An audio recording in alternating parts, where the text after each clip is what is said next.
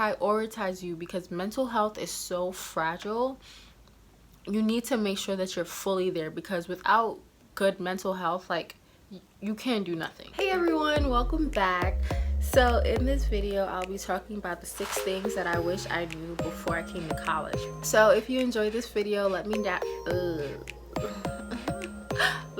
know in the comment section, and also like drop down any ideas of things like you wish you knew. So the first thing that I wish I knew when I came to college was how to be more financially responsible. In a way, I think that's how you would say it. Yeah. So when I came to college, I was a spender. Yeah, man. Whole out race, man. Whole out jumping jacks. You niggas want to work out, you muscles, you. Things I would say to like make sure that you're on top of your finances is to like track your spending, because when you see what you make versus what you spend, when you like see that difference, it kind of hurts. So it's like you're like, damn, I should not be doing this. So it kind of makes what you're spending and where your money's going to like more physical, more tangible. So it makes you more aware of what you're doing and kind of like more cognizant of how, where, and what areas you can like spend less, what areas, I don't want to say spend more, but like you have a little room to like, hey, if I wanted to spend some money on this, like I have a little space to do that. Also like budget. So recently I've been trying to implement the 50-30-20 rule. Let's say my income was $100 a week, I don't know, random numbers, also easy numbers because I'm not math savvy. 50% of the 100 is 50, so $50 would go to like bills, and like we're gonna keep it simple at bills. And then 30%, so $30 will go towards personal needs. We'll put that remaining 20% in like your savings, or yeah, keep it simple, put it in your savings, and then whatever, when you get to like a certain goal in your savings, you can put that money towards whatever, whether it's like a trip or a shopping spree. That kind of like negates everything I just said. Also, when it comes to money, your refund check, I'm gonna be honest with y'all. My first year, I got my first semester, I got a refund check that was like 2,000 something. I got the refund check in like mid to late September, and by December, $2,000 was done. Oh wow. Oh wow. So I would say like always manage your refund checks. In 2020, we're going to be smart, and that's on period. Anyway, so from then, since then to now, what I've been doing is I would take a portion of my refund check and put it in my savings, and then take another portion and pay off like whatever loan I have at that time. So that's a smart way to do it. If you have like other expenses that you need taken care of, also you could use that. How to get aid and scholarships. So I recognize that every school is different in like how scholarships and aids are set up, but my advice to you is to beg. You can go to literally all departments, especially like utilize your advisor. Oh, that's a tip for later. But like aside from like financial aid, there are departments within like certain colleges, and there are departments within the university that have money. You need to find those departments and let them know that you're fire and they should give you money. They're more keen to give money to students who are like involved and have good grades and like want to do great things after school. So build yourself up to that point where it's like they can't say no to you. Like 3.5 GPA, 2 clubs, and you want to go to grad school after, that's money in your pocket, sis. Also, those same departments that have money can also direct you to scholarships. They may not have money depending on like the size of your school and like the funding that your school has, but definitely they would probably know who to go to, or what companies or whatever are like offering scholarships. You might have to apply to it, and that's like kind of like, scholarships aren't certain. I know people are like, there's scholarships out there everywhere, you just have to apply, but like deadass apply.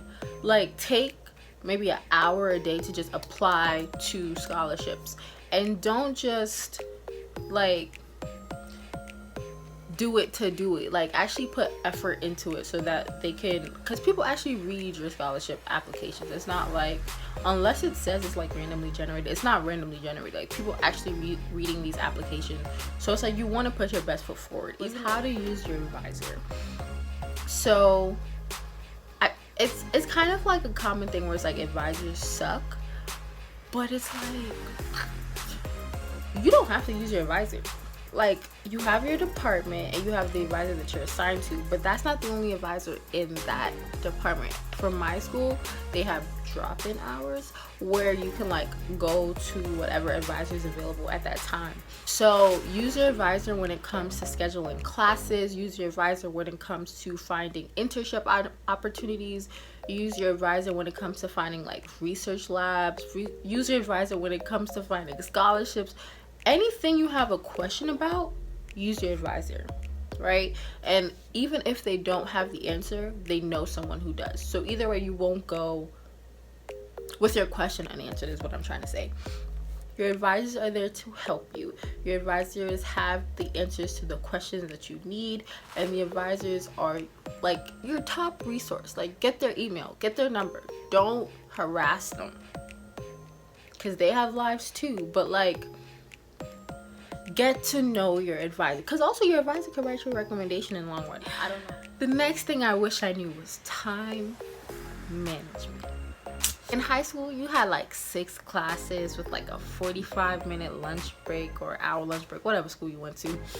And you went home, did homework, and then you probably was a part of like sports after school. Like, you were passing, and then college is like, I have 4 classes in total and I'm failing. They ask you how you are, and you just have to say that you're fine when you're not really fine, but you just can't get into it. I use Google Calendar, and I also, my first semester and my last semester, which is now, I used the planner. Everything in between, I didn't have that planner, and guess what, child?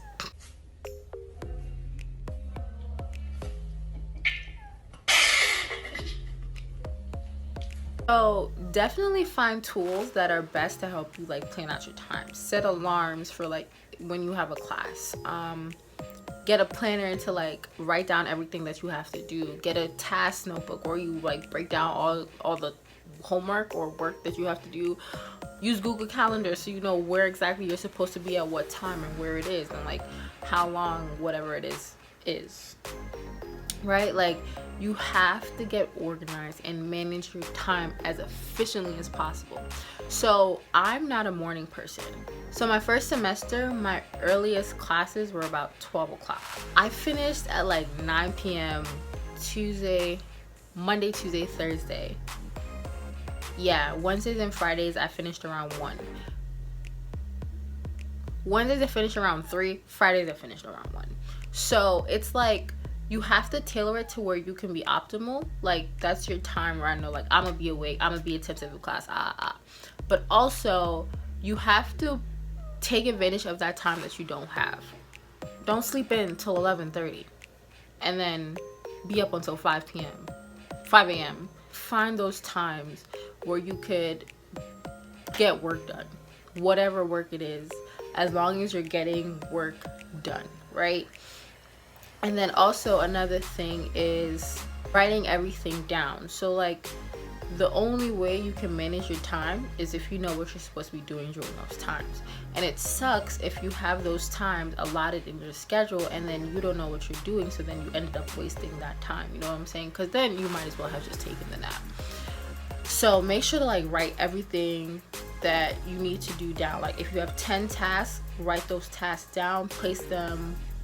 Like, what I do is I have a weekly to-do list, and then I assign those to-dos to a day. So like, I have 14 in my list, and then there's 7 days out of the week, so I probably do like 2 a day depending on the week, because my weeks are never like consistent with what I have to do. So then I have those assigned to each day, and then in the day I have like gaps in the day.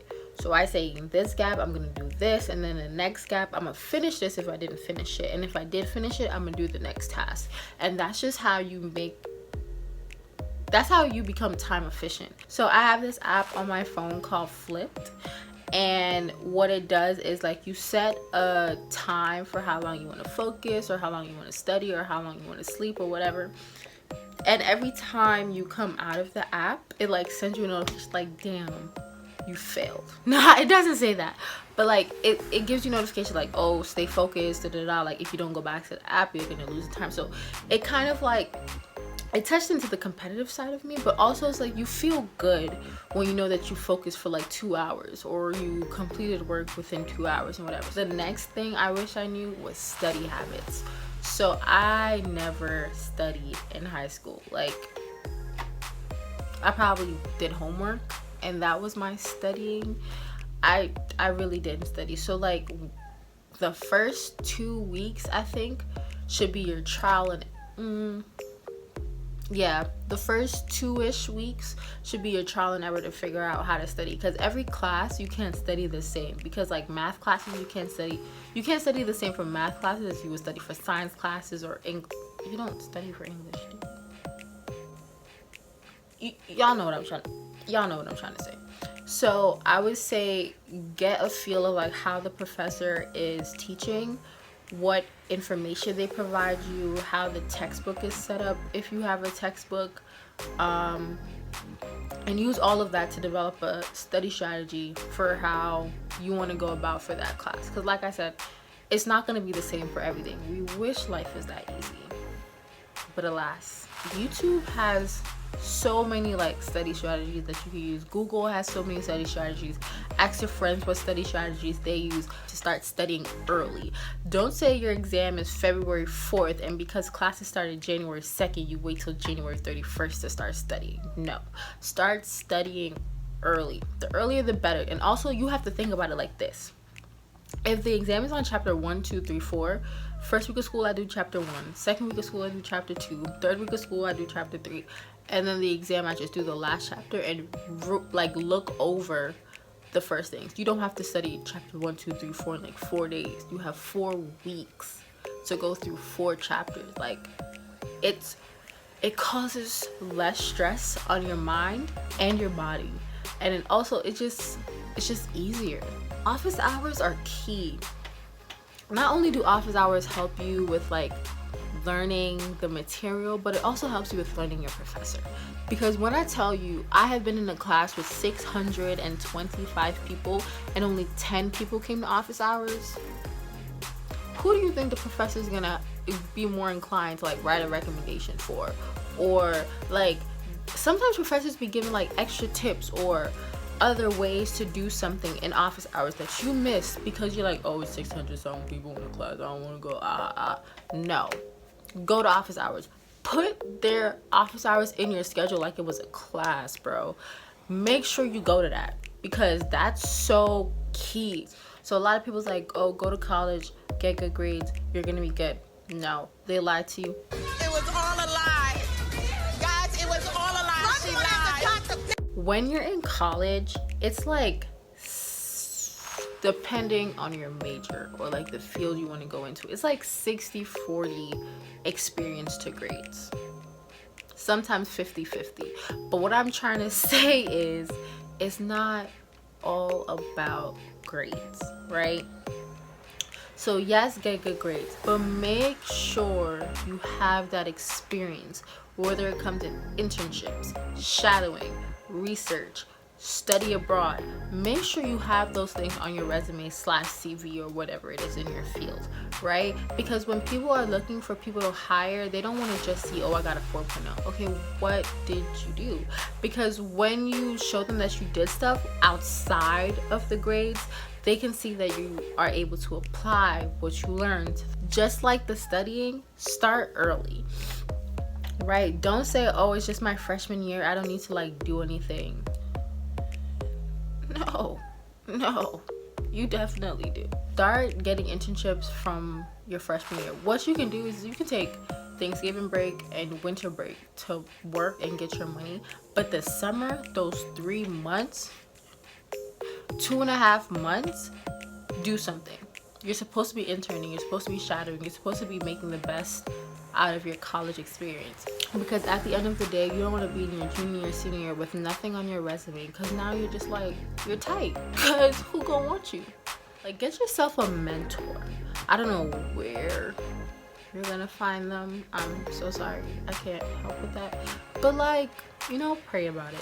God will send someone your way, because getting a mentor, they can also like give you these tips as well, and they might know where to go to get these internships and get these like experience opportunities. That's what we're gonna call them.